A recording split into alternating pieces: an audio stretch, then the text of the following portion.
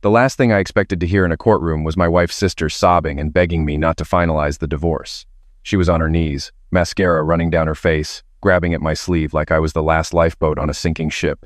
My lawyer had to step between us. The judge actually paused the proceedings to have her removed.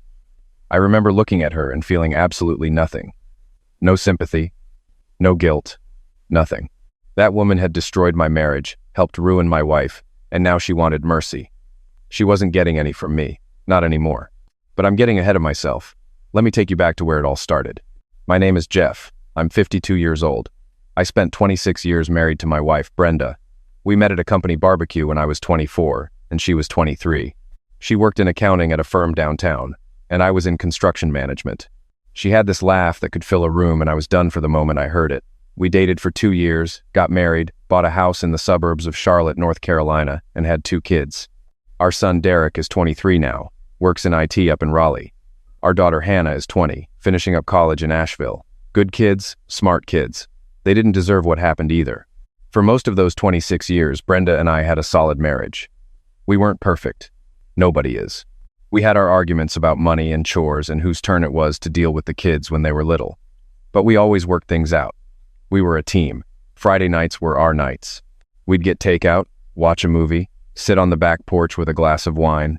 Simple stuff, but it was ours.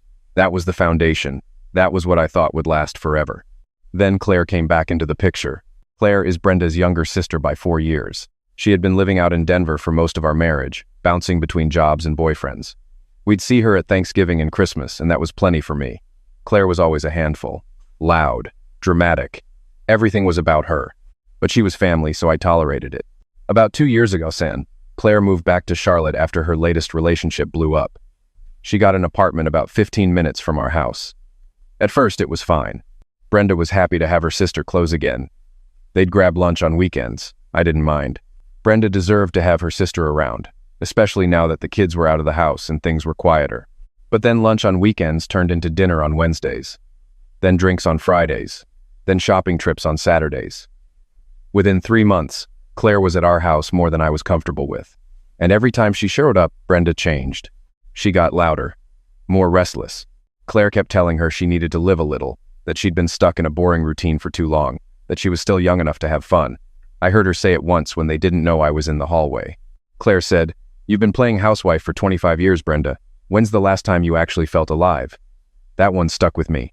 I tried to talk to Brenda about it. I sat her down one evening and told her I was happy she had Claire back, but that I felt like we were losing our time together. Our Friday nights had disappeared. She was coming home later and later. I missed her. I actually used those words. "I miss you, Brenda." She got defensive immediately. She told me I was being controlling. She said Claire was just helping her rediscover herself. She accused me of not wanting her to have a life outside of me. That conversation went nowhere, and it was the last real one we had for a while. Over the next few months, things got worse. Brenda started going to clubs with Claire on Friday and Saturday nights. Not restaurants, not wine bars, clubs. The kind of places we hadn't set foot in since our 20s. She'd come home at 2 or 3 in the morning smelling like cigarette smoke and liquor. I'd be lying in bed staring at the ceiling, listening to her stumble through the front door. She stopped wearing her wedding ring on those nights. She said she didn't want to lose it. I told myself that made sense. I was lying to myself, and I knew it. The thing that really started eating at me was how Brenda talked about Claire's lifestyle. Claire was single, dating around, living what she called her best life. And Brenda started talking like she admired it.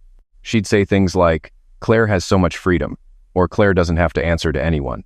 I'd hear that and think, is that what I am to you now? Someone you have to answer to? Something holding you back? I threw myself into work.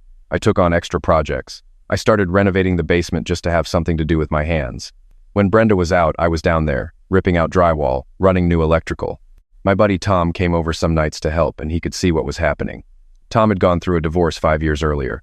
He pulled me aside one night and said, "Jeff, I've seen this movie before. You need to pay attention." I told him he was wrong. I told him Brenda and I were solid. I didn't believe my own words. Then came the night that changed everything. It was a Saturday in October. Brenda and Claire had gone out around 7. Brenda said they were going to a new place downtown. She was dressed up more than usual. New dress, new shoes, hair done. She looked beautiful, and it killed me because she wasn't dressing up for me. I said, "Have fun. Be safe." She didn't even look back when she walked out the door. I worked in the basement until about 11, then went upstairs and watched TV. By midnight, I texted Brenda. No response. At 1 in the morning, I called. Straight to voicemail. I called Claire. Same thing. I told myself they were probably somewhere loud and couldn't hear their phones. By 2, I was pacing the living room. By 3, I was sitting in the dark kitchen with my phone in my hand, imagining the worst. At 3:30, my phone buzzed. It was a text from Brenda. Just 4 words. Staying at Claire's tonight. That was it. No explanation, no goodnight, no nothing. I texted back, "Everything okay?" She didn't respond. I didn't sleep that night, not a single minute. The next morning, I drove over to Claire's apartment. I don't know what I expected to find, but I needed to see Brenda. I needed to know she was all right. I knocked on the door and Claire answered in a bathrobe, looking like she'd barely slept either. She seemed surprised to see me. She said Brenda was asleep and that they'd had a late night. I asked if I could come in. She hesitated. That hesitation told me everything I needed to know, even if I didn't want to admit it yet.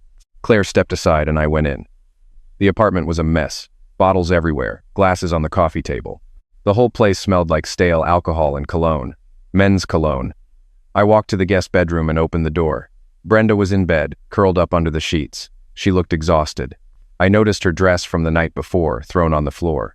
Next to it was a man's belt, a man's watch on the nightstand, a watch that wasn't mine. My heart stopped. I stood there for what felt like an hour, but was probably 10 seconds. Then I closed the door quietly, walked back to the living room, and looked at Claire. She wouldn't meet my eyes. I said, "Whose watch is that?" Claire said she didn't know what I was talking about. I said it again, slower this time. "Whose watch is on the nightstand next to my wife?" Claire's face went pale. She started stammering something about a friend of hers who had come over and must have left it. I cut her off. I said, "Don't lie to me, Claire. Not right now." I left without another word. I got in my truck, drove home, and sat in the driveway for 45 minutes. I didn't cry. I didn't punch the steering wheel. I just sat there, processing. Something in me shifted. The old Jeff would have gone back in there, screaming and making a scene. But something in my gut told me to be smart about this. Tom's voice was in my head. Pay attention. Over the next week, I did exactly that. I paid attention. I checked our phone records and found dozens of calls and texts to numbers I didn't recognize. I looked at our bank statements and found charges at hotels, expensive restaurants, and stores Brenda had never mentioned. $200 at a lingerie shop. $300 at a boutique I'd never heard of. None of it for me. I photographed everything. I saved every receipt, every record. I made copies and locked them in a safe deposit box at the bank. Then I called a lawyer. My attorney, a sharp woman named Patricia, told me I was doing the right thing by documenting everything. She said North Carolina was an equitable distribution state and that evidence of infidelity could significantly impact the divorce settlement. She also told me about something called alienation of affection, where I could potentially sue the person who interfered with my marriage. I filed that away for later. I didn't confront Brenda yet. I waited. I watched. She had no idea I knew anything. She kept going out with Claire every weekend, sometimes during the week now too. She'd come home and I'd act normal. I'd ask about her night. She'd give me vague answers and go to bed. Meanwhile, I was building my case. Every receipt, every late night, every lie she told me that I could cross-reference with what I actually knew. 3 weeks after I found the watch, I made my move. I waited for a night when Brenda was home. A Tuesday. She was in the living room watching TV. I sat down across from her and set a folder on the coffee table. She looked at it, then at me. I said, "I know everything, Brenda. I know about the men. I know about the hotels. I know Claire has been setting this up. I've already filed for divorce." The color drained from her face. She opened the folder and saw the phone records, the bank statements, the photographs I'd taken at Claire's apartment. She started to shake. Then she started to cry. But these weren't the crocodile tears I'd been bracing for. These were the tears of someone who knew the game was over. She tried to explain. She said Claire had been pushing her for months to step outside the marriage. She said Claire kept telling her she was missing out, that she deserved excitement, that I was boring and predictable. She said the first time it happened, she was drunk, and Claire had practically arranged the whole thing, introducing her to these guys at the club, making sure the drinks kept flowing, booking the hotel room. She said after that first night, Claire kept pushing for more nights out, more men. She said she felt trapped, like she'd crossed a line and couldn't go back. I listened to all of it, every word. And when she was done, I said, "Brenda, nobody held a gun to your head. Claire didn't force you into that hotel room. She didn't make your choices for you. You made them, every single time. You could have said no at any point. You could have come to me and told me what was happening. Instead, you lied to my face for months while spending our money on other men. I'm done." She begged me to reconsider. She said she'd cut Claire off completely. She said she'd go to counseling. She said she'd do anything. I told her the time for anything had passed about a dozen hotel rooms ago. I slept in the basement that night. She slept upstairs. And that was the beginning of the end. The next few months were brutal. The divorce proceedings were ugly. Brenda's lawyer tried to paint me as an emotionally unavailable husband who drove his wife into the arms of other men. Patricia tore that argument apart with the evidence I'd gathered. The phone records, the financial trail, the fact that Brenda had been living a double life for months while I was home every night, renovating our house and paying our bills. Derek and Hannah were devastated. I sat them down together and told them the truth.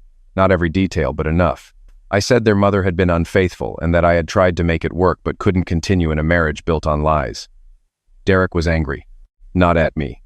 At Brenda. At Claire. He said he'd suspected something was off when his mother started acting different on the phone, always distracted, always cutting conversations short. Hannah cried. She asked if there was any way to fix it. I told her sometimes broken things stay broken, and the bravest thing you can do is stop pretending they're whole. The divorce was finalized 7 months after I filed.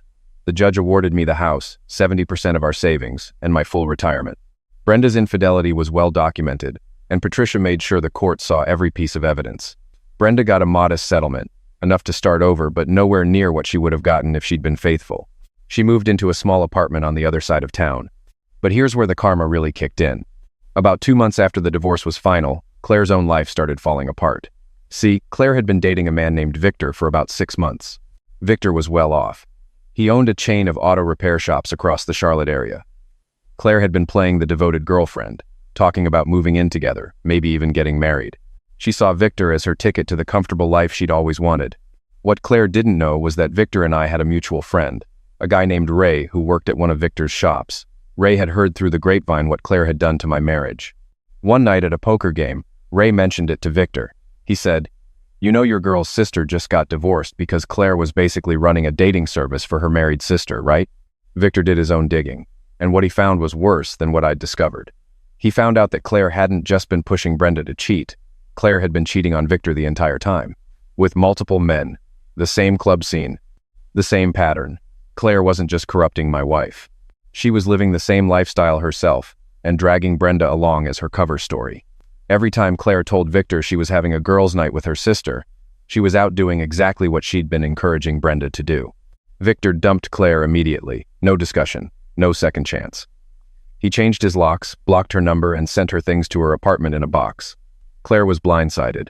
She called Brenda crying, and Brenda, who was now alone in her small apartment, with a fraction of the life she used to have, had nothing to offer her. No comfort, no sympathy. Brenda told Claire, "You ruined my marriage. You ruined my family. And now you're crying to me because someone did to you what you did to us. Don't call me again." That was the last time they spoke. Claire's situation got worse from there. Without Victor's financial support and with her reputation spreading through their social circle, she couldn't maintain her lifestyle. She lost her apartment. She moved into a cheap studio on the rough side of town. Last I heard, she was working a retail job and living paycheck to paycheck. The woman who told my wife she needed to feel alive was barely keeping her own life together. As for Brenda, I'll give her this much. She took responsibility eventually. About 4 months after the divorce, she wrote me a letter. Not an email. A handwritten letter. She said she was in therapy. She said she finally understood that she had made her own choices, and that blaming Claire didn't absolve her of what she'd done. She said she was sorry for the pain she caused me and the kids. She said she didn't expect forgiveness, but wanted me to know that she regretted everything. I read that letter once, then put it in a drawer. I didn't respond. Not because I'm cruel, but because I had already moved on. Responding would have been opening a door I needed to keep closed. Derek still talks to his mother, but their relationship is different now. He keeps her at arm's length. He told me once that he respects her for going to therapy, but that he can't look at her the same way. Hannah took it harder. She went through a period where she was angry at both of us. At Brenda for cheating. At me for not fighting harder to save the marriage. We had a long talk about that, and I told her, "Hannah, I fought for 26 years. I built a life with your mother. I loved her every single day. But when someone shows you they don't want to be in that life anymore, the bravest thing isn't fighting harder. It's having the self-respect to let go." That conversation changed something between Hannah and me. She understood. She's come around since then. As for me, I'm doing all right. I finished the basement renovation. It looks incredible if I do say so myself. I've been spending more time with Tom and our group of friends. I started fishing again, something I hadn't done since the kids were little. I'm not dating yet. I'm not ready. But I'm not sitting around feeling sorry for myself either. I wake up every morning in a house that's mine, with a clear conscience and my dignity intact. Some nights I sit on the back porch with a glass of bourbon and think about how things used to be. Not with sadness exactly. More like the way you think about a place you used to live. It was home once, but it isn't anymore, and that's okay. People ask me if I regret not trying harder to save the marriage, if I regret not going to counseling, if I should have given Brenda another chance. I always say the same thing. I didn't end that marriage. She did. She ended it every time she walked out the door with Claire. Every time she checked into a hotel with a stranger. Every time she came home and looked me in the eye and lied. By the time I filed those papers, the marriage had been dead for months. I just had the courage to bury it. And Claire? She learned the hardest lesson there is. When you spend your time tearing down other people's lives, eventually the wrecking ball swings back around and hits your own. She pushed my wife to betray me, and in the end she lost her sister, her boyfriend, her lifestyle, and her reputation. That's not revenge. I didn't orchestrate any of it. That's just karma doing what karma does. The sound of that gavel coming down when the judge finalized the divorce was the most liberating sound I've ever heard. Not because I wanted my marriage to end, but because it meant I was finally free from the lies, the betrayal, and the woman who had helped burn it all down. I walked out of that courtroom with my head high, my lawyer beside me, and my son waiting in the hallway. Derek shook my hand and said, "I'm proud of you, Dad. That was worth more than anything I lost." Life isn't perfect now. It's quieter than I'm used to. Some days the house feels too big for one person, but I'd rather be alone with my self-respect than in a marriage with someone I can't trust. I learned that the hard way. And if you're reading this and going through something similar, let me tell you this. Don't be the person who stays because you're afraid of what leaving looks like. Be the person who knows their worth. Because once you know that, nobody can take it from you. Not your wife. Not her sister. Nobody.